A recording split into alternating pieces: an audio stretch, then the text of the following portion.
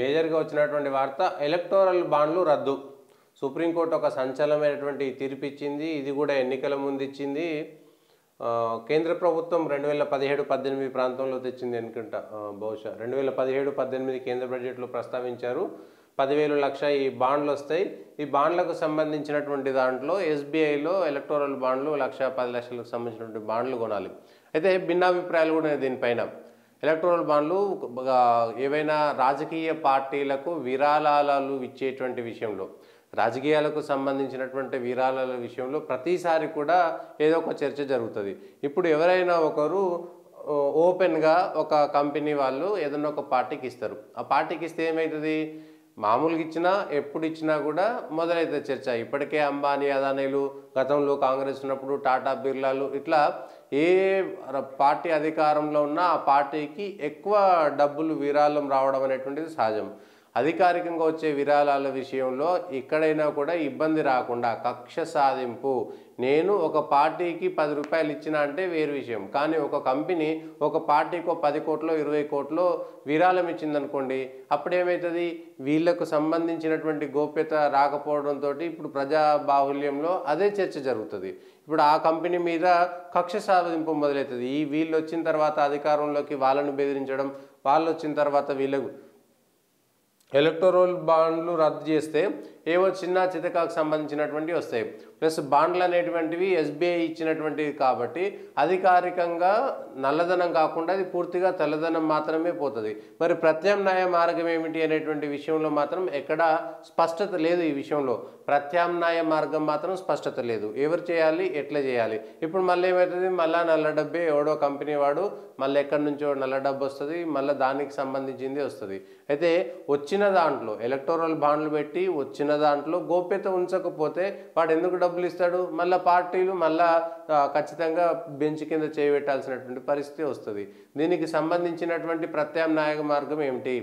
ఎన్నికలకు సంబంధించినటువంటి ఖర్చులు తగ్గించలేనటువంటి స్థితిలో ఉన్నప్పుడు ఒక పబ్లిక్ మీటింగ్ పెడితే వాళ్ళ 2 కోట్లు 3 కోట్ల రూపాయల ఖర్చు అవుతున్నటువంటి నేపథ్యంలో ఏ పార్టీ ఎక్కడి నుంచి తెస్తుంది అనేటువంటిది అంతా ఓపెన్గా ఉన్నదే.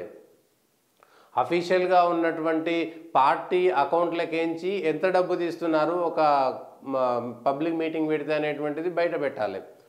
అఫీషియల్గా ఎంత ఇస్తున్నారు, నిజంగా అక్కడ జరిగేటువంటి ఖర్చు ఎంత, ఆ ఖర్చు కాకుండా బయట నుంచి జరుగుతున్నటువంటి ఖర్చు ఎంత, ఇవన్నీ పక్కకు పోకుండా ఎలక్టోరల్ బాండ్లు ఒక్కటే అనేటువంటిది విషయము కేవలం ఎన్నికల ముందు జరుగుతున్నటువంటి తతంగంగా మాత్రమే చూడాల్సినటువంటి అవసరం ఉంటుంది అనేటువంటిది నా భావన.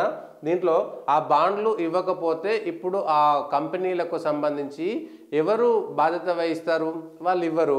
అప్పుడు పార్టీలకు సంబంధించి అయితే ఎలక్టోరల్ బాండ్లను వ్యతిరేకించినటువంటి కాంగ్రెస్ కూడా 16,000 కోట్ల రూపాయలు బాండ్ల ద్వారా పార్టీలకు సొమ్ము వచ్చింది. బీజేపీకి 6,500 కోట్లు వస్తే కాంగ్రెస్ కూడా 1,000 కోట్లు 1,200 కోట్లు కాంగ్రెస్ కూడా వచ్చింది. మిగిలిన అన్ని చిన్న చితక పార్టీలన్నిటికి కూడా కలిపి 5,000 కోట్ల రూపాయలు వచ్చేసినాయి. టీఆర్ఎస్ ఉంది, టీడీపీ ఉంది, వైసీపీ ఉంది, ఈ అన్ని పార్టీలకు కూడా ఈ ఎలక్టోరల్ బాండ్ల నుంచి డబ్బులు వచ్చినాయి. మరి నిజంగా వ్యతిరేకించినటువంటి వాళ్ళు ఈ బాండ్ల ద్వారా మేము డబ్బు తీసుకోము అని ఎందుకు వ్యతిరేకించలేదు? ఎవరైతే ఈ బాండ్లను వ్యతిరేకించారో ఆ పార్టీలకు సంబంధించినటువంటి వాళ్ళు ఎందుకు వ్యతిరేకించలేదు? దీనికి సంబంధించినటువంటి అంశం పైన క్లారిటీ ఎక్కడ రాలేదు. అయితే ఇది ఎన్నికల ముందు రావడం పైనే ఒక సంశయం. అయితే సుప్రీంకోర్టు తీర్పును మనం అనుమానించాలా లేదా అనేటువంటిది పక్కన పెడితే సుప్రీంకోర్టు అభిప్రాయం చెప్పింది, సుప్రీంకోర్టు తీర్పు చెప్పింది. ఇప్పుడు ప్రత్యామ్నాయం అన్ని పార్టీలు కలిసి కూర్చొని చర్చించాల్సినటువంటి సమయం.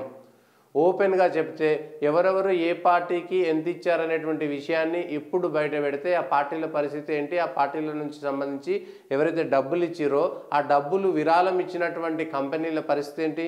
వాళ్ళ మీద కక్ష సాధింపు జరగదా? ఇప్పుడు అధికారంలో ఉన్న వాళ్ళకు సహజంగా ఎక్కువ వస్తాయి, ప్రతిపక్షంలో ఉన్న వాళ్ళకు సహజంగా తక్కువ వస్తాయి. ఎప్పుడున్నా నిన్నటి దాకా టీఆర్ఎస్ పార్టీకి వచ్చినటువంటి డబ్బులు ఇప్పుడు సహజంగా ఇప్పుడు తెలంగాణలో కాంగ్రెస్ పార్టీ అధికారంలో ఉంది కాబట్టి కాంగ్రెస్ పార్టీకి డబ్బులు వస్తాయి. అది ఓపెన్ సీక్రెట్, బహిరంగ రహస్యమైనటువంటిది ప్రతి ఒక్కరికి తెలుసు. ఈ ఒక్క అంశాల్లో మరి మళ్ళీ ప్రత్యామ్నాయ మార్గం ఎవరు చెప్తారనేటువంటి విషయం మాత్రం లేదు. పారదర్శకత కోసమే మేము చేసినాం. దాతల భద్రత దృష్ట్యా పేర్లపై గోప్యత. బీజేపీ నేత రవిశంకర్ ప్రసాద్ కోర్టు తీర్పును గౌరవిస్తాము. మైదానంలో లేని కాంగ్రెస్ విమర్శించడం ఏమిటనేది లంచాలు కమిషన్లకే ఎన్నికల బాండ్లు రాహుల్ గాంధీ. లంచాలు కమిషన్లకే ఎన్నికల బాండ్లు అయితే ఆ ఎన్నికల బాండ్ల సమయంలో కాంగ్రెస్ పార్టీ ఎందుకు తీసుకుంది? నిజంగా ఆ విషయంలో స్పష్టంగా మేము దీన్ని వ్యతిరేకిస్తున్నామన్న సందర్భంలో కాంగ్రెస్ పార్టీ తీసుకోకుండా ఇగో ఇది మా నిజాయితీ అని ఎందుకు నిరూపించుకోలేకపోయింది? కాంగ్రెస్ పార్టీకి కూడా డబ్బులు అవసరమే, ఏ పార్టీకైనా డబ్బులు అవసరమే. డబ్బులు లేకుండా రాజకీయం నడిచేటువంటి పరిస్థితి లేదు. ఇవాళ 10 మందిని తీసుకురావాలంటే బీరు బిర్యానీ 100 రూపాయల కూలీ లేకపోతే కిరాయి లేకపోతే ఏ ఒక్కరు కూడా ఇవాళ వచ్చేటువంటి పరిస్థితి లేదు. ఆ పరిస్థితి లేనప్పుడు ఇవన్నీ వేస్ట్ అవుతాయి.